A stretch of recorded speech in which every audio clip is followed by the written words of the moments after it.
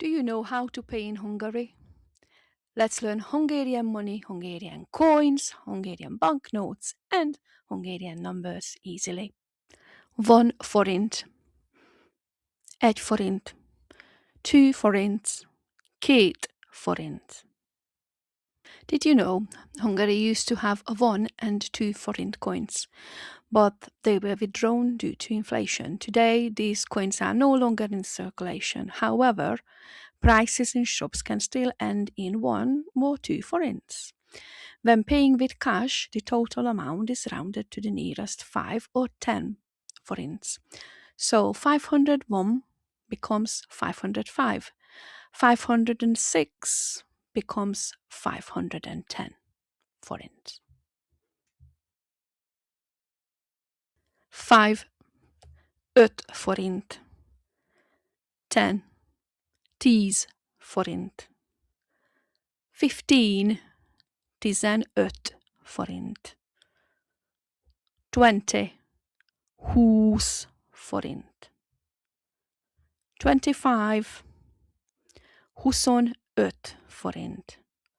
30 30 forint. 35 35 40 40 45 45 50 50 60 60 70 70 80 80 90 90 100 100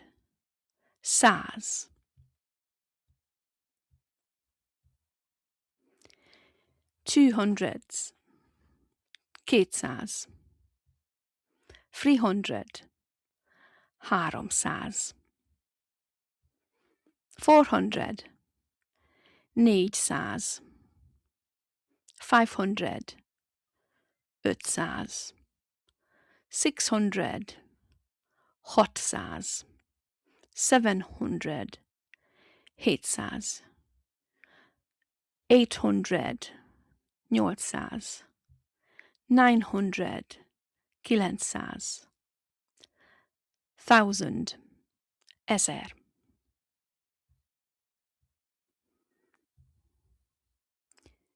2000 2000 3000 3000 4000 4000 5000 5000 6000 6000 7000 7000 8000 8000 9000 9000 10,000 Tízezer 20,000 20,000 30,000 30,000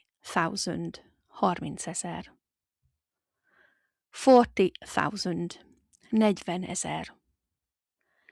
50,000 50,000 60,000 60,000 70,000 70,000 80,000 80,000 90,000 90,000 100,000 Százezer.